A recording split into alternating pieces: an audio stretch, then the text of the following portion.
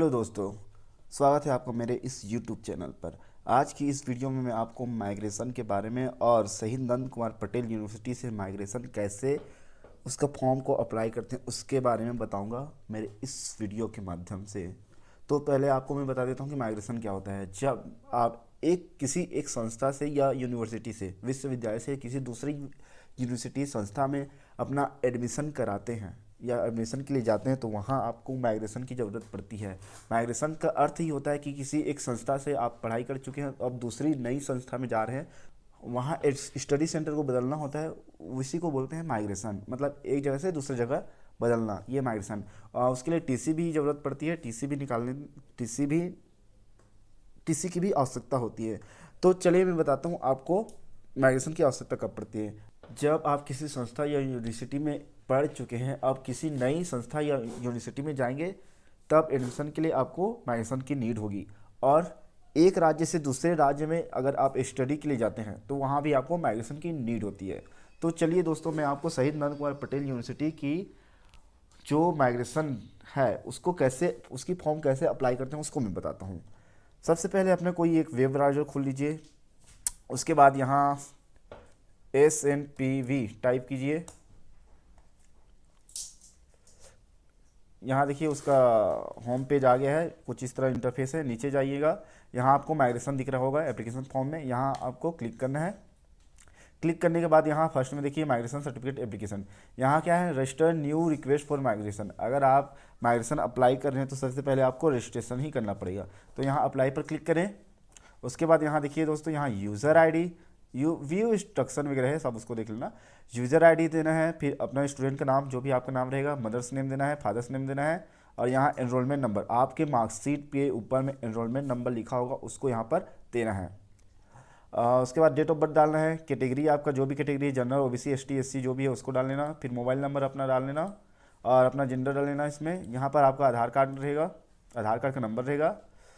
उसके बाद यहाँ देखिए कोर्स नेम, एग्ज़ाम जो आप स्टडी कर रहे थे, जिस कोर्स में स्टडी कर रहे थे वहाँ आपके यहाँ पर सेलेक्ट कर लेना है। जैसे बीएससी पार्ट 3, बीए पार्ट 3। अगर आप ग्रेजुएशन कंप्लीट हो चुका है तब, अगर आप बीए सेकेंड ईयर में थे, अटक गए हैं, वहाँ से किसी दूसरे यूनिवर्सिटी में जाना चाहते हैं तो बीए सेकेंड ईयर उसको क्लिक करना पड़ेगा। रोल नंबर वगैरह डाल लेना है, इनरोलमेंट नंबर फिर से यही डालना है। इंस्टीट्यूट जो आप कॉलेज में पढ़े हैं वहाँ का डाल लेना है। लास्ट एग्ज़ाम, जो आपका लास्ट एग्ज़ाम पासिंग ईयर था, जो एग्ज़ाम डेट था, डेट नहीं जो ईयर था, उसको यहाँ पर क्लिक डालना है।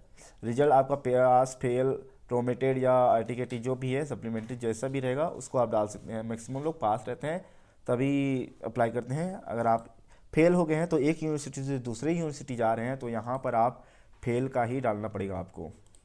और स्टेटस यहाँ पर देखिए क्या था आपका, रेगुलर था, प्राइवेट था, या एक्स थे, या फिर सप्लीमेंट्री वाले थे, या फिर एटीकेटी वाले थे, इसमें डालना है।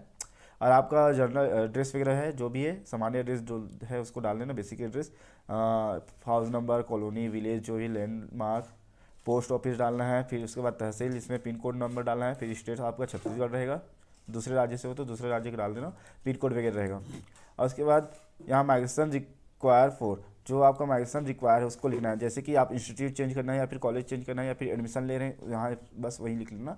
उसके बाद यहाँ पर ये क्या है, इसको क्लिक करना, ये शपथ पत्र है, शपथ घोषणा है इसका। आप क्लिक करके सबमिट पर, डिटेल्स पर क्लिक करके आगे आप जा सकते हैं।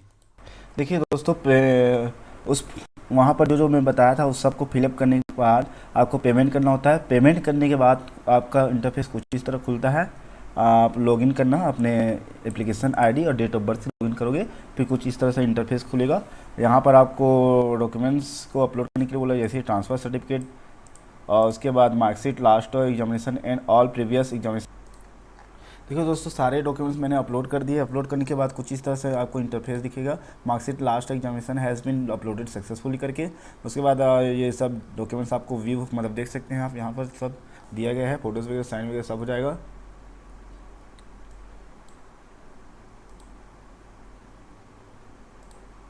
यहाँ से आप व्यू कर सकते हैं।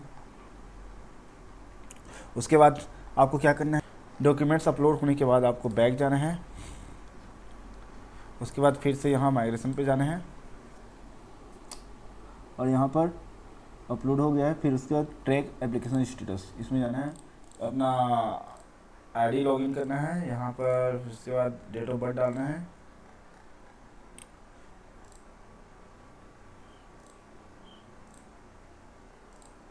फिर सर्च एप्लीकेशन।